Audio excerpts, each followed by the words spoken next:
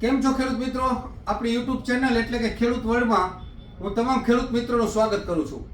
ખેડૂત મિત્રો, આજે આપણે એક શોર્ટ વિડીયો બનાવવો છે, કારણ કે ઘણા બધા ખેડૂતના પ્રશ્નો આવતા હોય છે કે તલી વાવી દીધી પણ બીજું ક્યારે કરવું, બીજું પાન ક્યારે પાવું અને બીજું પાન ક્યારે પાવ્યા પછી દવાનો અત્યારે પહેલો સ્પ્રે ક્યારે મારવો અને કઈ દવા મારવી, એના વિશે જ આજે આટલો વિડીયો બનાવવાનો છે.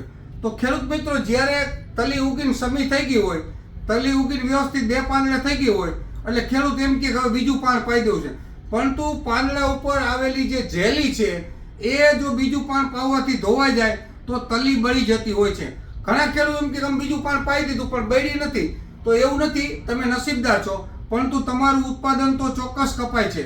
તલી બળે નહીં તો કાંઈ નહીં, પણ જ્યારે તલીના પાંદ ઉપરની ચિકાસ છે, જે જેલી છે એ ધોવાઈ જાય એટલે તમારી તલી ઉત્પાદનની અંદર ડાઉન થાય જ છે.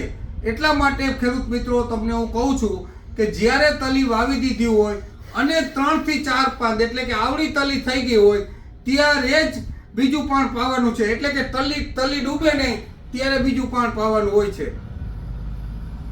અને જો તલી ડૂબી જતી હોય તો પાવાની છે નહીં. અને જો તલી 3 થી 4 ઇંચની થઈ ગઈ હોય એટલે 4 આંગરની થઈ ગઈ હોય પછી પાવ તો કોઈ વાંધો નહીં. હવે તલીની અંદર 4 આંગરની થઈ ગઈ છે અને આપણે બીજું એટલે ઉગ્યા પછીનું પાન પાવું છે, તો હવે એમાં આપણે ખાતર કયું નાખશું?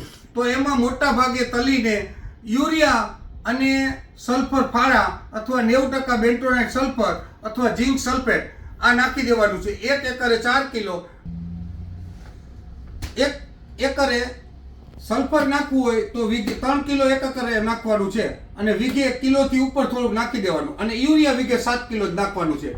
આ પહેલી ટ્રીટમેન્ટ કરવાની. અથવા ઘણા ખેડૂત એમ કહેતા હોય છે કે અમારે સલ્ફર અને ઝીંક બંને નાખવું છે, તો 4 કિલો પેકિંગમાં એગ્રીટેક કંપનીનું ઝીંક સલ્ફેટ આવે છે, જેની બજાર કિંમત લગભગ 650 રૂપિયા છે. આ 1 એકરમાં 4 કિલો એ નાખવાનું અને વીઘે 7 કિલો યુરિયા નાખવાનું. બંને વસ્તુ સોલ્યુબલ આવે છે એટલે એમાં ઓગળવાનો કોઈ પ્રશ્ન નથી. આ પણ તમે વાપરી શકો. હવે દવાનો પહેલો સ્પ્રે ક્યારે શું મારવો? તો ખેડૂત મિત્રો, ખેડૂતને અલગ અલગ પસંદગીની જે વસ્તુ હોય, એટલે કે પીજીઆર ટૂંકમાં છોડને વિકાસ કરાવે એવી, એમાં તમે જે જીબ્રાલિક એસિડ લઈ લ્યો, મરીના લઈ લ્યો, કોઈ પણ વસ્તુ લઈ લ્યો, એ તમારે ફરજિયાત વાપરવાનું, જેથી કરીને મૂળનો વિકાસ થાય અને તલીનો વિકાસ એકદમ ઝડપથી થાય. અને બીજું, એમાં ફરજિયાત તમારે રોગર છે, ટોલ પાયરેટ છે, આ વસ્તુ તમારે ફરજિયાત નાખવાની 1 પંપમાં 30 લેખે. કારણ કે જ્યારે તલી ઉગતી હોય છે ત્યારે લાર્વા ઈયળ અને થ્રિપ્સ અને મોલી મચ્છી આ બધું હોય, એટલે તમે આ બેમાંથી કોઈ પણ એક દવા વાપરશો એટલે એનાથી તમને રિઝલ્ટ સારું મળશે. તો હવે આપણે આ સંપૂર્ણ તલીની માહિતી થઈ.